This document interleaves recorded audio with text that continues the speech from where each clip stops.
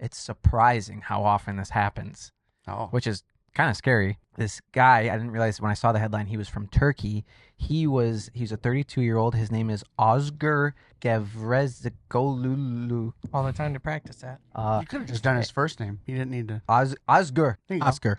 He was killed at the end of his hunting trip to Turkey's Samsun province in November of 2022. This just popped up on my feed, so maybe they're re-reporting about it. He was loading equipment into the... No, it's Dog History Awareness Month. Yes. He was loading equipment into the trunk of his car when his dog jumped out of the back of it or something and stepped on the trigger of his shotgun, and Oh. it ended up shooting him in the stomach and killed him. And he had a 2-week-old kid at home, Oh, no. which it's really sad. This is So- a Turkish guy? It said that he was in Turkey. I Okay. don't know if maybe he was like everyone moves around doing different Right. stuff there. So Man, I haven't heard of a dog story like that sad since Joe Dirt's dog didn't help Brandy's dad when he was stuck Right. in the train track. That's stupid. it is just like that. Hmm. It's just like Joe Dirt. Did the dog get tried for murder? Or? Yes, actually, in Turkey they do try animals for murder. Huh. You wouldn't believe how many cows are in their prison right now. And then it's weird. There was quite a few stories from like Eastern Europe and Russia area because another Russian man was shot. This happened in 2018. The 64-year-old was, I'm assuming he was up against his vehicle and put his leg up and then rested his gun against his knee is the way it's kind of described.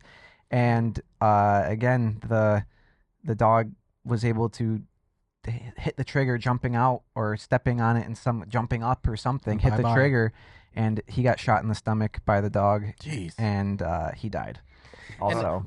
Their shot placement's terrible, so Sepsis. they're all gut shotting. And he said he was sober and had a gun license. Everything was The in dog order. did? It was an Just a accident. freak accident. Yeah, the gun. People forget how smart poodles are. Then this next one actually happened in America, and her name was Allie Carter. She was hunting waterfowl in Indiana, October of 2015. She was 25 years old, and she was shot in the foot with her own shotgun as her chocolate lab stepped on the firearm and set it off. So I wonder if she like laid the gun down on the ground or something. The dog was running around. I'm telling you, if you lay your gun down, the dog or up against your truck, they're gonna knock it over or they're gonna step on it. What's up every with time? I don't know. I don't It's know. like a magnet to them.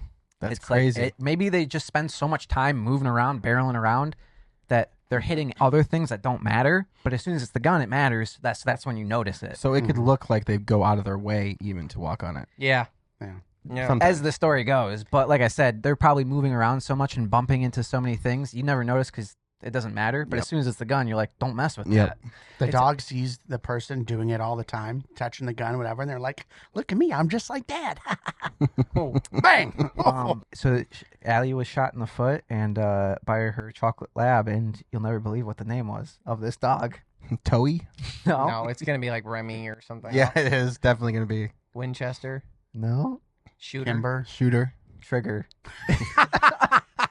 It falls in the same category. Trigger Remy. shot her owner in the foot. All jokes aside, that is all really sad. Like She's it's just- alive, I assume. Yeah, she lived. when you're in the outdoors, when you're hunting and when you're doing shooting sports and stuff, it's like you absolutely have to treat a gun like it's loaded all the time. We're joking around and making light of really sad situations because that's how we deal with trauma, but it's terrible. I mean, it's awful. When I was growing up, one of the things my dad would do to like get me to realize how important firearms were was when he was home on Saturdays or Sundays, I could shoot whenever I wanted. But if at any point while we were shooting, I did something wrong, even by accident, and these is pellet guns in the backyard, right? If at any point I did anything wrong, I was grounded for the rest of the weekend. So it was like I was scared to shoot because I might end up screwing up and then get in trouble, but I wanted to shoot. So I approached it with this careful attitude, and I think that that's a pretty good idea as far as how to train kids Yep. that like there's real consequence if you mess up that will affect you right now, and no amount of I'm sorry's is going to fix it. Yeah. A similar situation happened to me when I was younger. I was at a buddy's house. We're in the backyard shooting BB guns, and the rule is no one in front of you. And I think like we were shooting down, and I was like pivoted but slightly in front of him. So the dad sees it, and he's like, "Nope, you guys are done. You're not doing it right." Took the gun away, and that was it. At Yeah. the time, I thought that was kind of like, geez, what's the big deal? But I totally get it now. Yeah, yeah. It's Totally like get it. it's like making it a big deal. Yeah. And I also think when you look back, is like gun safety used to be taught in schools in like a really professional manner, and kids learn to respect guns because of it. And now that we're so far from doing something like that, it's insane. Yeah. But maybe that was better, because if you like learn to respect it. And there's like the other thing is like, I remember growing up hearing people talk about how they would hide the guns in the house from the kids, didn't want them to know they had it. And my dad goes, "That's dumb." And I remember being like, "Why would that be dumb?" He goes, "Because what happens when they do find it then?" Right, and they will find it. Now, Yeah, they will. now, I don't know anything about this. Yeah. I don't know if it's real. I don't know true. if it's a pellet gun. I don't know if it's this. I don't know if it's loaded. Yeah. Yeah. I don't know how to be safe with it. Yeah. Instead, get in front of it. Teach them everything there is to know about it so that they could be lethal with it, that they know everything about it, and teach them to respect it at the same time. I just think that's such a better approach. Yeah. Really, my approach, I think, would be to just ban them completely. Like, if we didn't have them here at all, that'd be probably the smarter thing. You'd feel to do. safer, right? I would feel safer because all the good people wouldn't have them. Right. That'd be smarter. Yeah. Yeah, and if we can keep the good people from having guns, then the bad people will stop using. Wait. Yeah. You mean that won't Dun, dun, happen? dun. You mean that won't happen? That tough love thing, I just saw a video of this woman online. She was asking her 2.5-year-old she figured out how to unbuckle her car seat and keeps getting out while driving, of course. And she was like, "I don't know how to make this stop. Like, for all my mom friends out there, what would you suggest?" And the top comment most liked Hit 'em. was Hit the brake. Yes, it was go to a safe spot. When she does it, when she gets out of her car seat, emergency brake and just let her slam into that seat. Yep. Not going to kill her. Mhm. It's not going to be comfortable, but she'll see the consequences of this is why we do this. This is why you have to wear it. Otherwise, this could happen to you. And it's like, again, that tough love thing of like, well, if you screw up, then we're not going to do it at all. Yeah. So make sure you stay focused on safety. I think adding a penalty into it too I like that. is even better. Like going one step further, like, oh, because you got slammed, now you're in trouble too when we get home. And just like when my dad was like, it wasn't like, oh, we're done shooting for the day. It was like, you're going to your room, no TV, no electronics. You could have books, that's it, and think about what you did. Yeah. You didn't have a TV in your room, did you? I did. I did when I was probably 11 or 12 when this was pertinent. Yeah. Yeah. It holds a lot of gambling power to take away that TV at that age. Yeah. Oh, yeah. You know? It's good. It teaches not just that something bad could happen, but there's also responsibility and consequences later. Yeah. You know, like just because, yes, you brought a gun out into the field.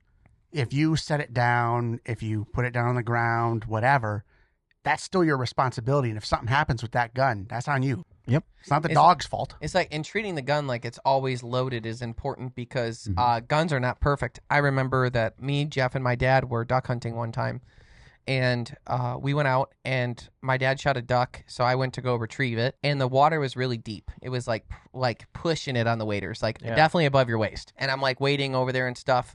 Duck takes off out of the marsh that like we didn't know was there and was like hunkered down. Not the one he shot. So I lift it up and I shoot, and nothing happens. And I'm like, what? And I'm young. I mean, we're 16 at the time. I lift up and shoot. I'm like, what the heck? And I had never had. You pull the trigger, it goes boom. Yeah. So I'm like, I didn't know what to do, to be honest. So I go get my dad's duck, and like I'm walking back.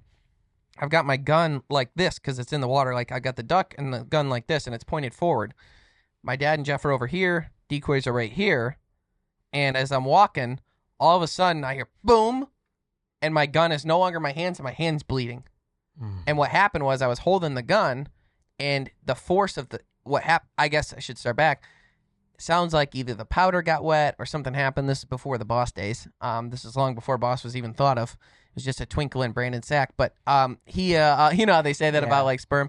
But anyhow, it went off, and like maybe the powder got wet. Like I've heard a bunch of different theories from people.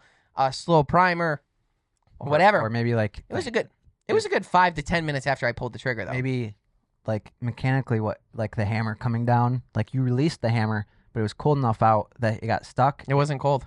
Really? Yeah. Yeah. So then the shot goes across the decoys. It wasn't aimed at anybody. No issues. Thank God. Yeah. because you could see my safety was on. There was no ducks around, and it had been 5 minutes since I pulled the trigger. You could get lackadaisical out in duck blind. Yeah. Wow. And it went across the decoys, and Jeff goes, "Do you get it?" Because he's confused. I assume he shot at something.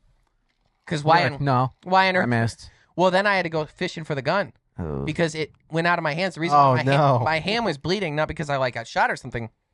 You're like holding metal. Ripped out of your hand. Yeah, and it ripped out of my hand. I don't know specifically what hooked me. Could have been the under part, like where you feed the shells in, something. Mm-hmm. And just the gun was just gone because it was a 12 Wild. gauge with a 3.5-inch shell in it.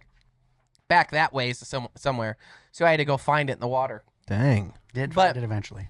I will tell you that really messed with my head the rest of the day. I'm like, well, my dad was like, if you ever get that again, eject the shell into the water or point the gun in a safe direction for 24 hours where it could go off and it wouldn't hurt anything. Like there's different things you can do. Yeah. But and that's what you should do is I from now on, I've only had that happen one other time. I ejected the shell into the water immediately, away from where I was. Yeah.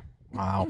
I pointed the gun in a safe direction, held it, walked a long ways from where I was, ejected the shell into the water, and walked back. That's what I did.